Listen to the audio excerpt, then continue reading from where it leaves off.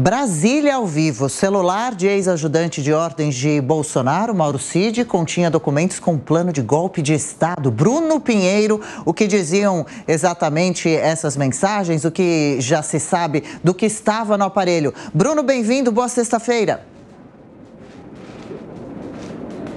Era uma espécie de um roteiro do golpe de Estado. Adriana, a você um ótimo dia, excelente sexta-feira, sempre uma honra e uma alegria, uma satisfação. Essa é uma reportagem que a revista Veja revelou nas últimas horas, essas informações reveladas de que existia esse planejamento com 8 etapas de um golpe de Estado, o que as Forças Armadas iria realizar realmente para tentar dar esse golpe de Estado, e esse rascunho, esse planejamento estava no aparelho celular do ex-ajudante de ordens. A revista Veja revela ainda que, além de esse planejamento, havia uma outra conversa com outro homem também das Forças Armadas que estava ali insistindo para que houvesse um convencimento do ex-presidente a de fato aplicar essa intervenção e de fato tomar conta, utilizar esse rascunho,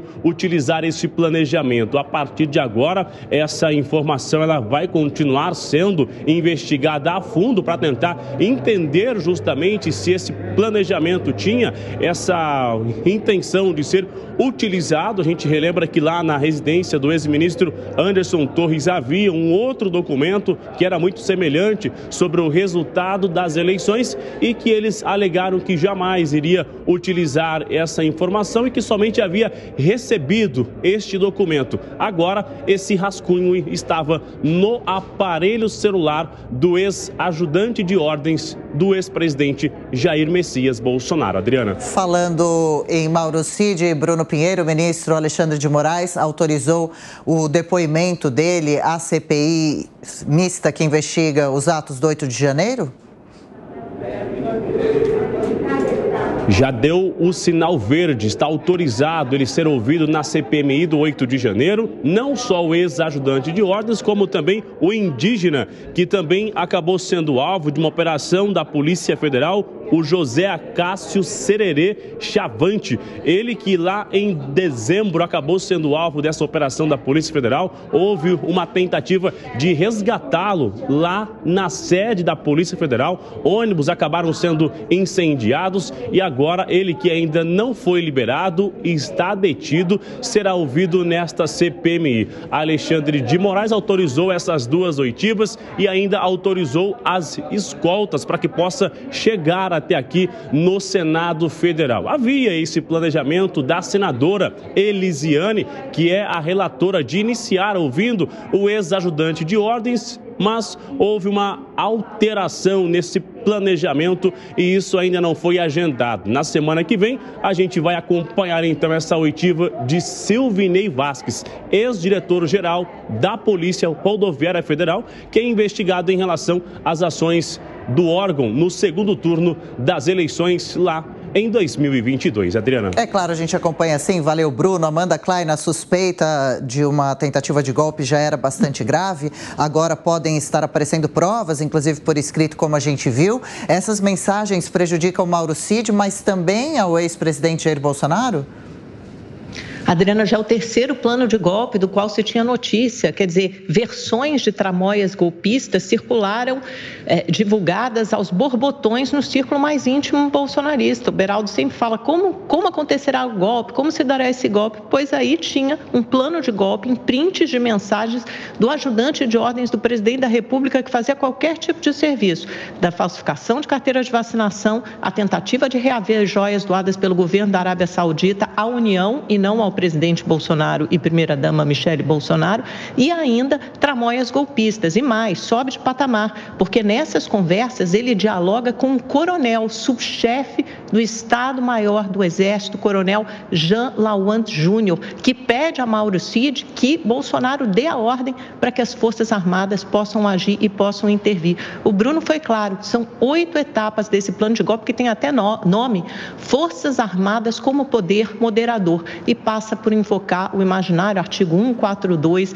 que daria às Forças Armadas esse tal poder moderador, que existe muito na cabeça dos bolsonaristas, mas não existe na Constituição, como o STF já disse e como milhões de juristas também repetiram. Então, passava por Jair Bolsonaro dizer que houve um abuso do poder judiciário e da mídia, pedir para que as Forças Armadas interviessem, as Forças Armadas nomeariam um interventor, provavelmente convocariam novas eleições e afastariam ministros do STF e do TSE e substituiriam por juízes simpáticos, tá bom? Esse é um roteiro de golpe dialogado pelo ajudante de ordem, pela pessoa de maior confiança do antigo presidente da República. Quer dizer, nós costeamos o alambrado, foi por pouco, muito pouco. Essa tentativa se consumou em 8 de janeiro, mas antes disso, ela foi amplamente debatida no círculo mais próximo ao antigo presidente. Pois é, o Lula, ele deveria ter sido derrotado nas urnas. Não foi. Se alguém orquestrou uma tentativa de causar uma ruptura na normalidade democrática, vai ter que responder por isso. O que eu friso sempre é que um tenente-coronel que manda uma mensagem, ou algumas mensagens, ou várias mensagens para o coronel, isso não quer dizer que o golpe estava em andamento. Quer dizer, havia ali o pedido de que, olha, só Bolsonaro dá ordem. Ele deu a ordem. Quem cumpriria essa ordem? Quem são os generais envolvidos, o comando das Forças Armadas? Alguém foi ali e combinou alguma coisa com eles? Eles fizeram? Não fizeram? Quais foram os passos concretos para que esta ideia... Porque o que se encontrou agora são trocas de mensagens entre pessoas que não tinham condição delas próprias fazerem nada, precisariam de outros envolvidos com uma hierarquia bastante superior para que algo concreto acontecesse. Nós temos as minutas de GLO e etc., mas são minutas. Alguém assinou? Foi colocado em prática? Quem discutiu aquilo? Quem fez? Alguém levou aquilo a sério? As invasões que aconteceram no dia 8 de janeiro, tem alguma coisa a ver com isso? Quer dizer, será que tinha um plano ali todo feito e aí na hora H as Forças Armadas não foram? Porque elas teriam que estar presentes ali no 8 de janeiro para depor um governo que tinha sido eleito e substituir esse governo? Quer dizer, tem muitas lacunas nessa história para que se consolide uma conspiração golpista que tivesse uma mínima chance de se concretizar. Até agora, o que a gente vê dessas informações que chegam e também do que a gente assistiu no dia 8 de janeiro, são iniciativas ali individuais, de pequenos grupos, pequenas pessoas que foram lá no 8 de janeiro, que não tinham condição de depor o poder constituído. Agora, o governo vai querer montar essas peças para criar uma grande narrativa. Preto no branco, essa narrativa ainda não para de pé. E Amanda, apesar dos planos, o que teria acontecido para que, afinal, o golpe tenha sido evitado? O golpe foi tentado. Adriana, ele só não foi consumado porque nem todos embarcaram na tramóia golpista, mas havia pessoas de alta patente envolvidas, como esse coronel, que aliás hoje está em Washington. Vou repetir, coronel Jean Lawand Júnior, que deve explicações à justiça. Hoje ele está em Washington e era subchefe do Estado-Maior do Exército, com várias condecorações de mérito, inclusive dadas pelo ex-presidente Bolsonaro. O que só fica claro é que as Forças Armadas inteiras não são golpistas, mas havia atores ali localizados que vão aparecendo aqui e ali e novamente isso é só a ponta do iceberg, é o que a gente sabe, também tem tudo que a gente não sabe, que começam a ser revelados agora. A mesma coisa do que fossem apreendidas mensagens, prints no meu celular, tramando, sei lá, a morte, o assassinato de alguém, com detalhes, com etapas. Será que isso não seria grave o suficiente? Você vai continuar passando a mão na cabeça desse pessoal, Beraldo? Vai continuar passando pano para esse pessoal? Você não acha grave o suficiente que essas conversas, esse tipo de conversa que você está normalizando e que você está subestimando, tenham acontecido no celular do ajudante ajudante de ordens do presidente da República. Veja, não é um apoiador anônimo, distante do presidente, é da figura mais próxima, ele está ali ao lado do ex-presidente da República. É de uma gravidade sem limites, assim, inédita.